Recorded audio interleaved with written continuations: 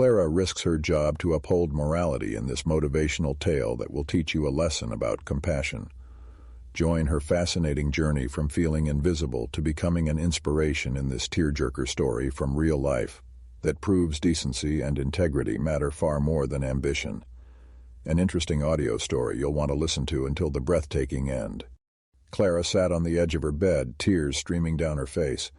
She had just endured another grueling shift at the hotel, where manager Annette continued tormenting her relentlessly. Clara felt battered both mentally and emotionally. Clara never wanted to work at the Ocean View Hotel. She had dreams of being a teacher, not a maid. But when her boyfriend of 5 years suddenly left her, Clara's world was upended. She had sacrificed a career to support him while he was in law school. Now Clara found herself alone at 28, with half the rent due and utility bills piling up. Though she applied frantically for teaching jobs, no offers came. In desperation, Clara took the only work she could find: housekeeping at the Ocean View. The job paid poorly and offered little dignity, but it kept a roof over Clara's head. She resolved to stay just long enough to get back on her feet. Clara hauled the heavy laundry cart down the elegant hallway of the Ocean View Hotel. As she approached the front entrance, Clara spotted an elderly homeless man. The gilt mirrors and marble floors of the Ocean View Grand Hotel glittered as Richard shuffled inside, escaping the bite of the autumn wind. Despite the opulence surrounding him, he felt small and invisible in his tattered coat and knit cap. Richard had been coming to the Ocean View's lobby every evening this week, to rest his aching bones near the fireplace and enjoy the refined atmosphere for a few hours. He knew he stuck out among the fancy guests and watchful staff, but he couldn't bear spending another night huddled in the alley downstairs. Still, Richard tried to make himself inconspicuous as he settled onto a plush sofa in the corner, resting his cane beside him. Clara noticed the elderly homeless man who had sat in the same spot the past few nights. He stared into the fireplace flames, seemingly lost in bittersweet memories. Clara's heart went out to him. On her dinner break, Clara fixed a warm meal from the staff cafeteria and brought it over on a tray. "Thought you could use something hot," she said kindly. Richard looked surprised by her gesture. "Bless you, miss," he replied through eyes glistening with gratitude. Clara didn't realize that her small acts of kindness toward the homeless man Richard had been noticed by others on staff. Some of her colleagues didn't share Clara's empathy. They saw Richard as an eyesore that threatened the opulent hotel's image. 2 maids, Beth and Joanne, decided to report Clara's actions to the manager Annette. They told her how Clara regularly brought hot meals and coffee to the disheveled man, even sitting and chatting with him in the lobby. Beth and Joanne saw an opportunity to score points with manager Annette by reporting Clara's unauthorized behavior. "She lets that smelly vagrant camp out in the corner by the fireplace each night, too," Beth added with distaste. "It's simply improper in a 5-star establishment like ours." Annette's mouth twisted in anger as she listened. "That bleeding heart fool clearly can't comprehend what behavior I expect from my staff," she seethed. The next morning, Clara was called into the manager's office. Annette informed her of the complaints against her. "We do not provide handouts to drifters here," she admonished. "You've endangered our reputation for the last time."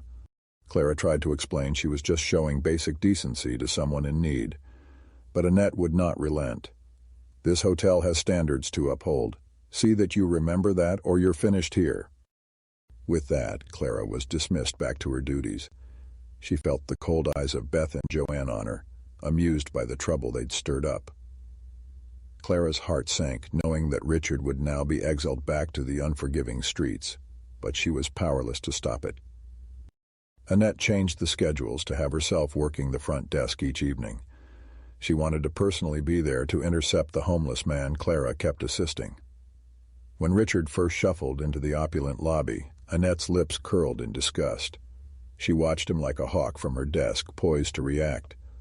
The moment Richard settled onto a sofa, Annette marched over. "You need to leave immediately," she commanded. "This area's for hotel guests only."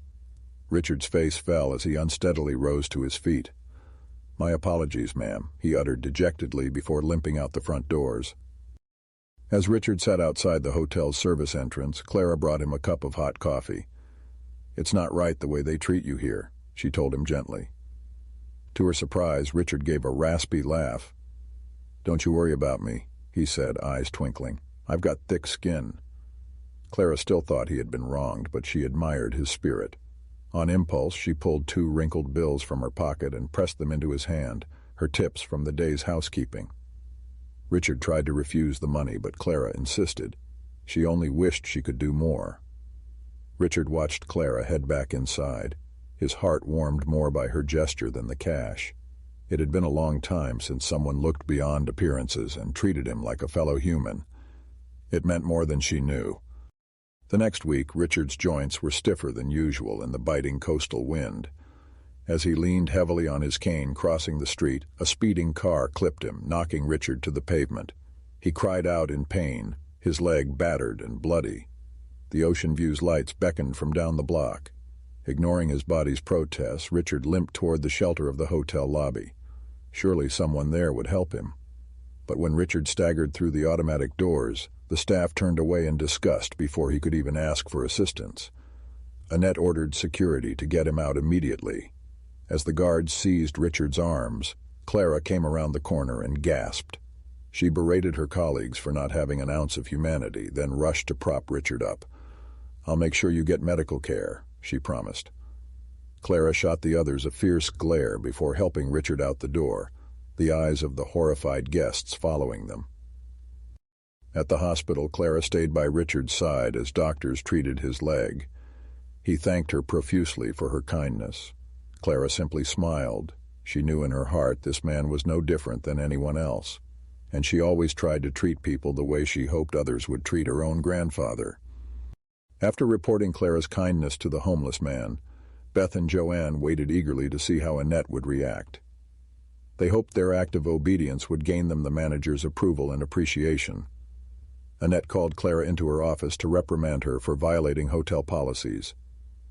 Beth and Joanne pretended to look concerned for their colleague, but inside they were grinning. Their plan was working perfectly so far. Later, Annette approached the 2 maids with praise for their vigilance. "You were absolutely right to bring this unacceptable behavior to my attention," she told them. "Staff must understand we have rules for a reason here at the Ocean View."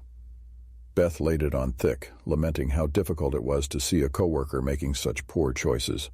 Meanwhile, Joanne spoke of how essential it was to have managers like Annette upholding standards.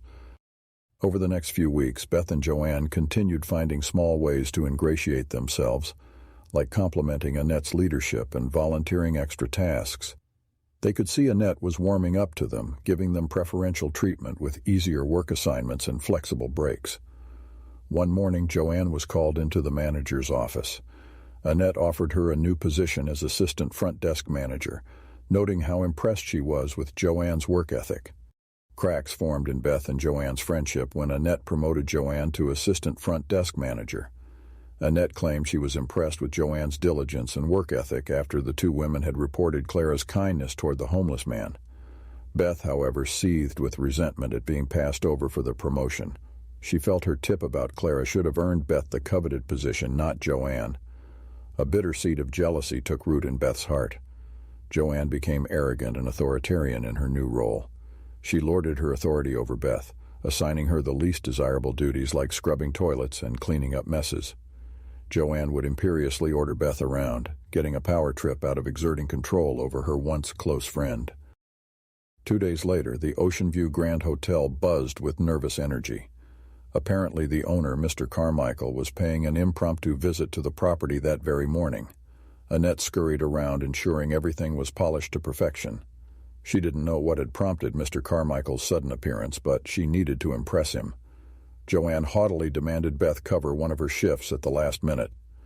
"That's not my job anymore. I've got an important management meeting," Joanne declared. "You'll have to take over my floors tonight." Infuriated at being treated like a servant, Beth shouted at Joanne in front of the other staff.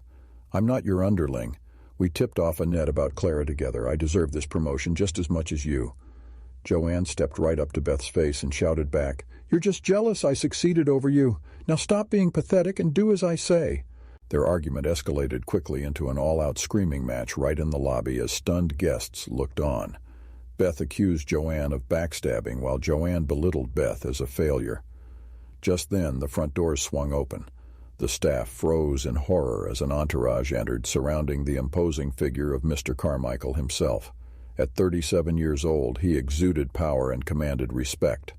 Mr. Carmichael's piercing eyes swept over the chaotic scene.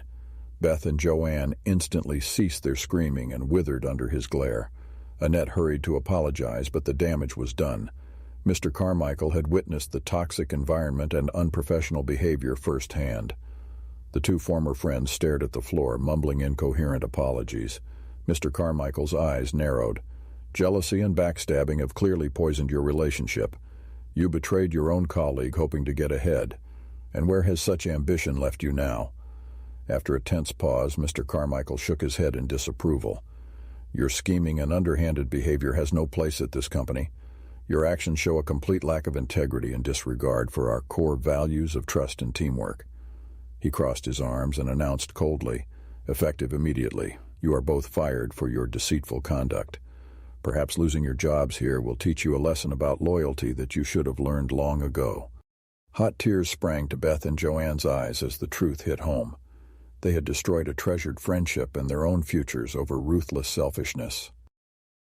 The staff gathered nervously in the conference room, wondering why Mr. Carmichael had summoned them all. Speculation whispered around the table as they awaited his arrival. Finally, Mr. Carmichael entered, his imposing figure commanding immediate silence. Thank you for coming. It has been brought to my attention that there have been some troubling incidents. The staff exchanged uneasy glances. Just then, a disheveled elderly man limped into the room, supported by a cane. A few employees gasped, recognizing Richard, who often took refuge in the lobby.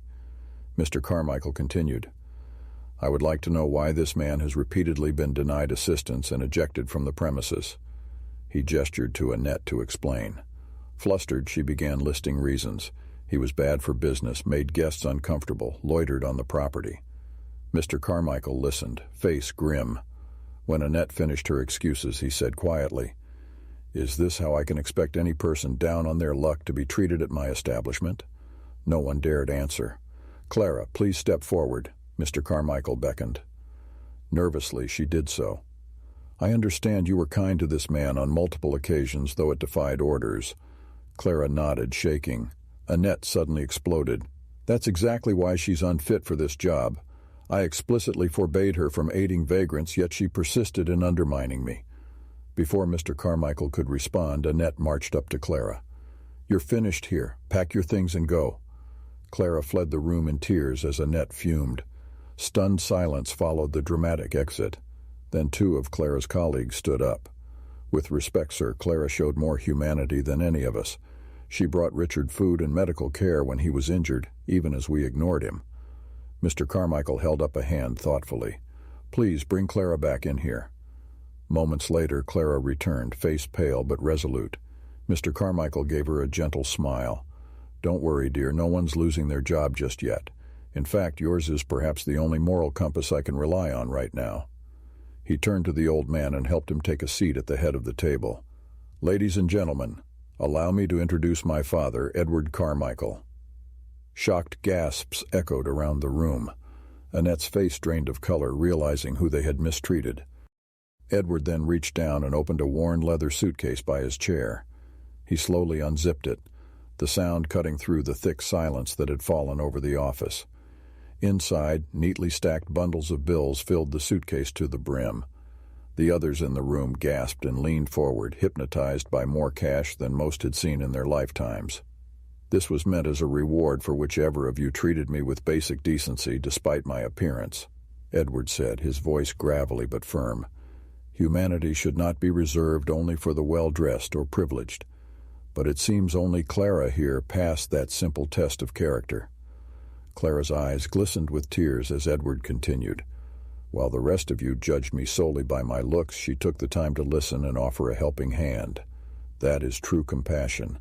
Clara saw my humanity when no one else would. He gestured to the suitcase overflowing with money. I hope these funds provide you the means to continue spreading such kindness to others in need, he told Clara gently. You have shown today who you truly are deep down. Never lose sight of that. Clara's eyes widened in disbelief as she took in the stacks of bills before her. It was more money than she could have ever imagined possessing. Mr. Carmichael continued, "With these funds, you'll be able to pay for your teaching certification exam, complete your degree debt-free, and have plenty left over to get established and pursue your dreams." Clara's voice trembled with emotion. "I don't know how to thank you for this opportunity. It's been my lifelong calling to become a teacher and help students in underprivileged areas. Now I'll really be able to make a lasting impact." Mr. Carmichael smiled warmly. "It's the least I could do after you showed such compassion and moral character when no one else would. Please keep me updated on the outreach initiatives and lives changed through your work. I eagerly look forward to seeing all the good that will come from investing in such a thoughtful leader." Clara threw her arms around Mr. Carmichael in a tearful hug. She made a silent pledge to herself that she would not waste this chance to fulfill her purpose. Clara vowed to honor the faith in her by becoming the best teacher and advocate she could be. Friends, thank you for joining us today for this touching story full of heart and meaning. There are so many powerful takeaways. Show compassion to all, regardless of social standing. Small, kind acts make a difference. Refrain from superficial judgments. Don't let ambition ruin real relationships. Hard times reveal who we truly are. Our choices shape our lives, so choose wisely. Serving others gives purpose. Trials make us stronger. But above all, this story reminds us that human decency matters far more than status or wealth. Real richness comes from acts of kindness, empathy, and moral courage. When we lead with love, we can change the world. Thank you for watching. Please share your main lessons and insights below. Be sure to like and subscribe for more motivational stories. Your support keeps these messages alive. Until next time, spread more compassion wherever you go.